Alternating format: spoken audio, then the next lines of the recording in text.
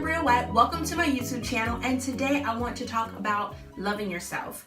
Basically, in the society that we live in right now, women go through so much as far as the comparison game, as far as feeling bad about themselves, as far as thinking you don't look good enough, you're not tall enough, short enough, you're not thin enough, you're not thick enough, curvy enough, your hair's not long enough, wavy enough, whatever it might be. There's so many comparisons. And especially with the social media age, we constantly compare ourselves and we constantly look down upon ourselves or feel that we're not good enough or feel that we don't match up to the next woman or that her features are better than ours or that they seem smarter or that they have more money or that they dress better, they have more expensive clothes, they drive a better car. All of these things that we think about constantly. But you know what?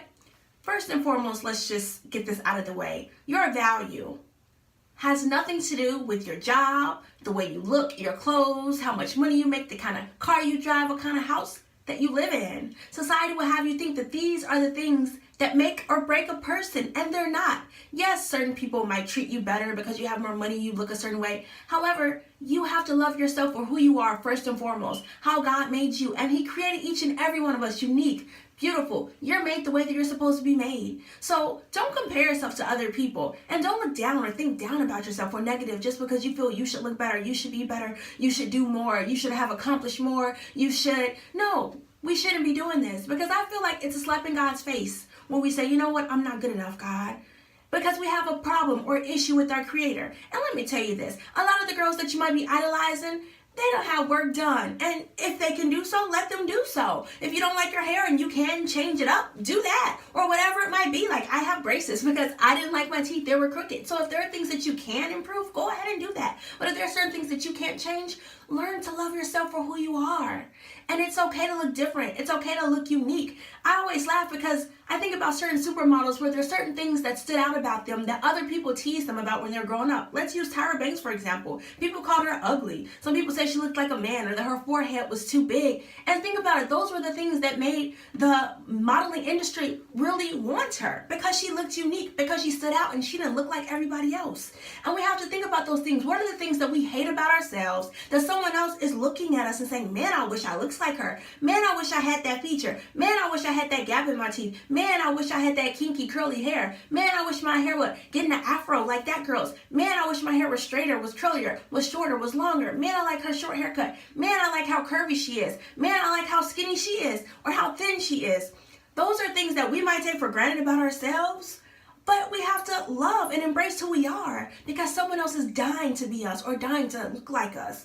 So it starts from within. Loving yourself, knowing that you're valuable, knowing that God created you intentionally, knowing that the way He created you was intentionally. And like I said, if there's things that you feel like you can enhance your natural beauty, go for it. But don't look down upon yourself because you look different than the next girl. Just learn to celebrate our differences. To be honest, just learn to say, oh, I love your style, or I love the way you look, or I love your hair, you have beautiful eyes. Because the truth is, none of us should want to look alike. We're not made to be carbon copies. So it's good that we're unique. Learn to like your unique features. Learn to, be like, man, I'm standing out. For example, me, I have very full lips. And growing up, people would try to make fun of that. And now I look, it's so funny to me that people are paying big bucks to get full lips. And the good thing is I didn't fall into that trap of feeling down about them, but I embraced them and I love them. Whatever it is about you that you're hating or that you don't like, someone else would love to have that feature. And if it's something that you might be struggling with your weight, or you might be struggling with certain things that you can't change, again, as I said, work on those things, change those things, whether it's trying to eat healthier, working out. Find a workout that you enjoy. Maybe you don't like to go to the gym, but you might like a Zumba class or a cardio hip hop class or a yoga class. Find things that you might like that make you feel good about yourself, and things that you know can enhance your natural beauty or can enhance and build up your self-esteem. And also, maybe for you, that might be finding extracurricular activities that you like to do, finding somebody to bike with in the summer, swim with, play tennis with, whatever those things might be. If you struggle with staying active, because it doesn't matter, taking care of ourselves and loving ourselves and valuing ourselves, it's not all about how we look on the outside. A lot of it is how we feel about ourselves internally. And you first and foremost just have to know that you are loved, that you are valued, that God has a purpose and a plan for you, and that He's not judging you. He's not looking down upon you, even if you're struggling with certain things about yourself. Ask God to help you to accept you for who you are, because you are fearfully and wonderfully made. The word tells us, and it also tells us that we are made in God's image. So that means that we have to know who we are, that God makes no mistakes, even though society tries to make it like you have to be a certain complexion to be considered beautiful, or have certain type of hair, or look a certain way, or be thin. Whatever it is, the lies that society tells us, God made us all unique, and we're all beautiful in our unique ways. So don't give in to the lies and the stereotypes that society has created. Even if there are those around you who want to judge you, don't give in to it. Know who you are, and know whose you are, who you belong to, and that's God, that He's the creator of all things beautiful. So if He created a beautiful heaven and earth and all the things that we love that's so beautiful, flowers and trees and the sky and the moon and the waters, how much greater do you think He was going to put into making you? So don't look down upon yourself.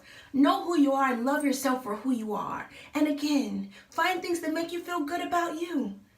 And it's okay with looking in the mirror and telling yourself each and every day, man, you're gorgeous, man, you're beautiful, or whatever word you want to use to describe yourself. It's okay to encourage yourself, because the word tells us, as a man thinketh in his heart, so is he. So as you think about yourself, how you think, those are going to affect your actions and your views of how you think about yourself. That's going to affect your surrounding and your atmosphere and how you go about in life.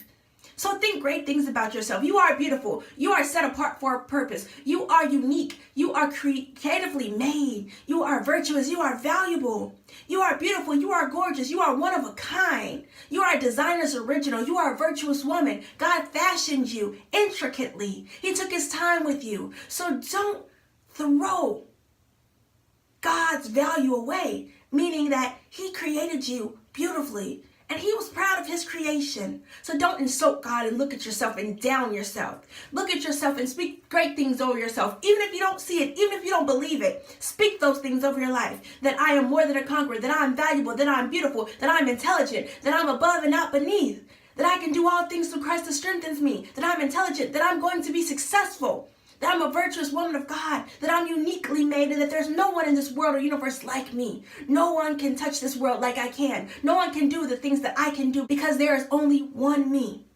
So I love you guys. I hope this encouraged you to not compare yourself to others, but to also love you for you, who you are. Love your flaws and love the things that you love about yourself. But continue to know that you are made in God's image, that you are fashioned beautifully. He created you with a purpose and with intent. And you have no reason to feel down about your looks, about who you are, and about your life, because God knows and He has great plans for you. So God bless you. Go ahead and comment and share. I hope this has blessed you.